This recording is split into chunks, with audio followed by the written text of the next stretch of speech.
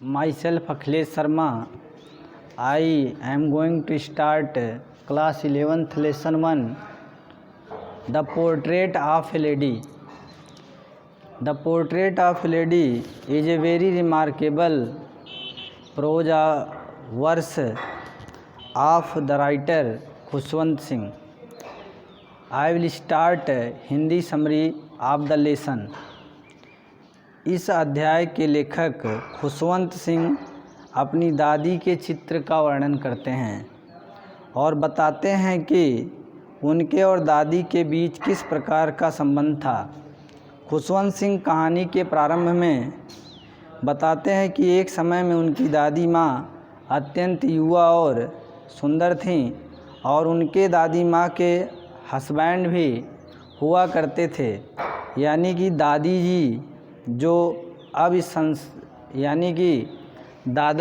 अभी संसार में नहीं हैं, वो उनका भी वर्णन कुछ देर के लिए राइटर खुशवंत सिंह करते हैं और बताते हैं कि वह बचपन में अपनी दादी माँ के बारे में ऐसा सुने थे जिस पर विश्वास करना उनके लिए मुश्किल था, क्योंकि जिस तरह वह दादी माँ को देखे थे उनके चेहरे पर झुर्रियाँ थीं, अर्थात वह बहुत बूढ़ी हो गई थीं और उनके दादाजी भी नहीं थे। अब राइटर खुशवंत सिंह आगे कहते हैं कि उन्होंने अपनी दादी को देखा था जैसे अन्य लोग अपनी दादी को देखे होंगे।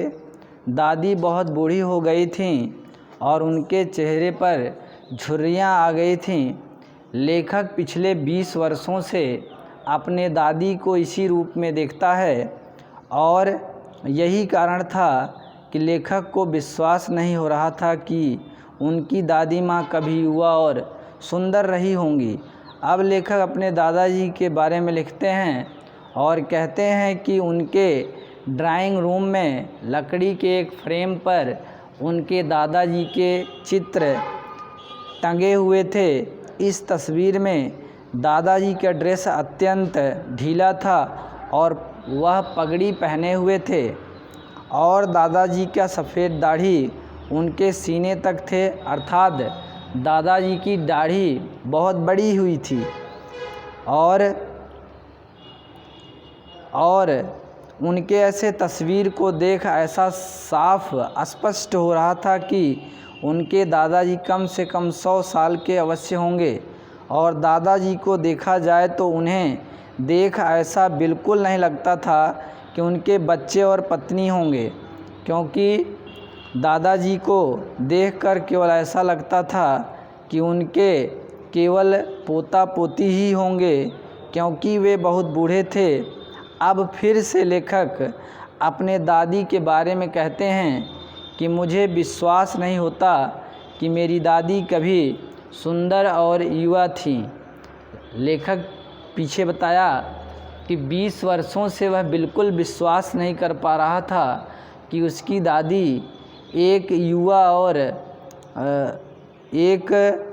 और सुंदर महिला रही होंगी, क्योंकि वह पिछले 20 वर्षों से यह देखता हुआ चला आया था कि उसकी दादी निश्चित रूप से एक बूढ़ी महिला ही रही होंगी।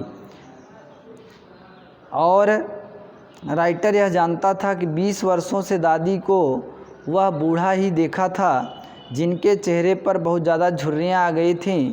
जब लेखक की दादी लेखक को कहानियाँ सुनाती थीं तो वह कहती थी कि मैंने भी तुम्हारी तरह खेल खेले हैं, और लेखक को यह विश्वास नहीं होता था और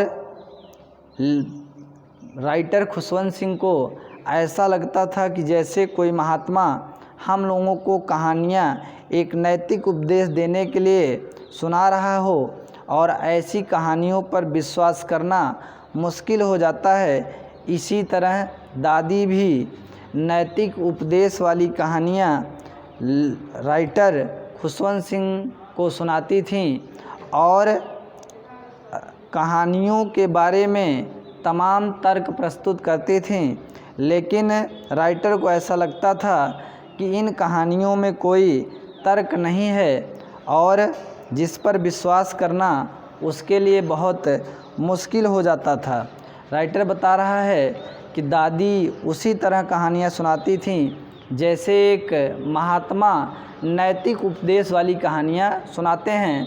और इसी कारण जब उसकी दादी राइटर को कहानियाँ सुनाया करती थीं तो राइटर समझता था कि इस कहानी में कोई तर्क नहीं है और वह कहानियों के तर्क पर विश्वास करने पर बहुत ही मुश्किल समझता था, अर्थात वह कहानियों के तर्क पर विश्वास नहीं करता था। और I am starting your the portrait of A lady about the lesson in English. The portrait of a lady gives us a picture of a human relationship in a joint family। Writer बताता है कि portrait of lady एक मानव समाज के जुड़े हुए परिवार से तस्वीर प्रस्तुत किया जाता है। It is a factual description, यह एक तथ्य पर आधारित वर्णन है। A realistic account of how the grandparents gives all their time attention and love to the grandchildren. और यह एक यथार्थवादी लेखा जोखा है कि कैसे एक ग्रैंड पेरेंट्स अपना पूरा समय अपने ग्रैंड चिल्ड्रन पर देते हैं, उसके साथ साथ वह अपने नाती पोतों पर एक ध्यान भी रखते हैं, एक क्लोज वॉच भी रखते हैं। The description of the author's grand mother is deeply moving with a touch of humour and poetry in it. बताते हैं कि लेखक के दादी के बारे में जो वर्णन किया गया है वह एक हास्य और कविता को भी प्रस्तुत करता है। She was so old that she could not be older. वह बहुत बूढ़ी थी, उनसे अधिक और कोई भी बूढ़ा नहीं हो सकता था। It was difficult to believe that she once use to play games as a child. यह भी मुश्किल से ही विश्वास किया जा सकता था कि वह भी कभी बच्चों जैसे खेल खेली होंगी। She and was even young and married.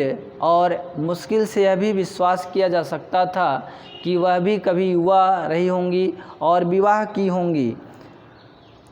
She was religious minded women. वह एक धार्मिक मन वाली महिला थी, धार्मिक मस्तिष्क वाली महिला थी। And she seems to have stopped growing older. और ऐसा प्रतीत होता था कि वह अब इससे ज़्यादा बूढ़ी कभी नहीं होंगी। In the village she was left alone with her little grandson. गांव में उन्हें अपने छोटे नाती के साथ अकेले ही छोड़ दिया गया था। She was religious minded. She was all the time telling the beats of the rosary. कह रहे हैं वह पूरे समय telling the beats of the rosary, गुड़िया की माला बनाने में लगी रहती थीं, या वह पूरे समय गुड़िया की माला वाली कहानियों को बताने में लगी रहती थीं। She took the child to temple school. वह बच्चे को एक टेम्पल स्कूल में ले गईं। Inside she read holy books. इसके अलावा वह प्रायः धार्मिक पुस्तकें पढ़ा करती थीं। While returning home she fed the village dogs. जब वह घर वापस आती थीं तो वह जो गांव के एस्ट्रे डॉग होते थे, गांव के फालतू कुत्ते, उनको भोजन कराती थीं। In the city she began to feed the sparrow. और अपने शहर में जब वो जाती थीं तो स्पैरो को भी भोजन करने के लिए देती थीं। Because she got a separate room to live and there were no dogs. क्योंकि शहर में वह एक अलग कमरे में रहती थीं और वह स्पैरो को खाना इसलिए देती थीं क्योंकि उनके पास वहाँ शहर में कोई कुत्ता नहीं होता था। In the last phase she received the author warmly when he returned home from abroad. अंत में वह राइटर को, लेखक खुशवंत सिंह को वार्मली माने अच्छे ढंग से स्वागत करती हैं। When she return home from abroad, जब वह बाहर दूर से अपने घर वापस आता है। She sang his homecoming and beat the drum, वह खुशवंत सिंह के वापस आने पर गीत गाती हैं और ड्रम को बजाती हैं। She was taken ill and she died, वह बीमार हो गई और अंत में दादी की मृत्यु हो जाती है। Even the sparrow went into morning and crowded around her dead body, अब राइटर देखता है कि स्पैरो आते हैं और शोकपूर्ण ढंग से भीड़ में दादी के मरे हुए मृत शरीर के चारों ओर इकट्ठा होते हैं और शोक गीत गाते हैं। Such was that lady with a noble soul, ऐसा माना जाता है कि वह महिला एक नोबल सोल वाली महिला थी, एक श्रेष्ठ आत्मा वाली महिला थी। Thank you.